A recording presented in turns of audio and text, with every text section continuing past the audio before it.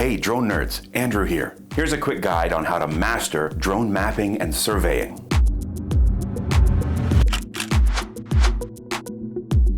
Using drones for mapping and surveying is unmatched when it comes to efficiency and accuracy. As with any drone mission though, it's important to know how to be both a good mapper and a safe pilot. Let's go over some tips and best practices before your next mapping mission, whether it's your 5th or your 50th. Right off the bat, ensure that safety is your top priority.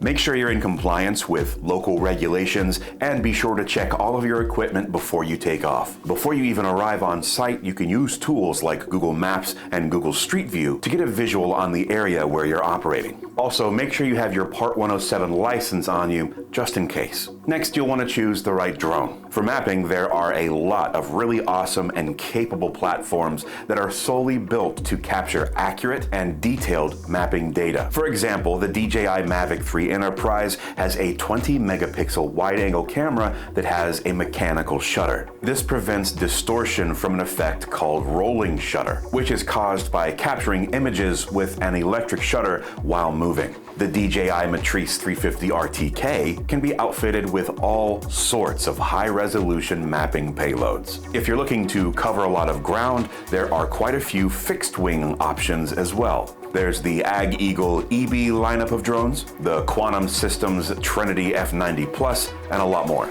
These can all be kitted out with some serious hardware to make mapping a breeze. Plan for a coverage area that's larger than your actual requirements to account for potential issues at the edges of your composite orthomosaic images. Consider the size of the area that you're mapping. This will give you an idea of how many flights it'll take to cover the area, and also help you decide how many batteries you'll need to complete the mission. When setting up your flight path, try to fly a minimum of 3 parallel lines within a grid, rather than opting for the cross grid. Be generous with overlap and side lap, aiming for at least 80% overlap on the sides and 70% overlap from front to back when capturing images for orthomosaic creation and 3D mapping. Ensure that your drone's camera is set to capture images directly below it, unless your goal is to capture a horizon view. Having the camera pointed straight down is sometimes referred to as nadir or the nadir position. Timing is crucial. Capture data around midday in terrestrial environments to avoid shadows. However, if there's water in your area,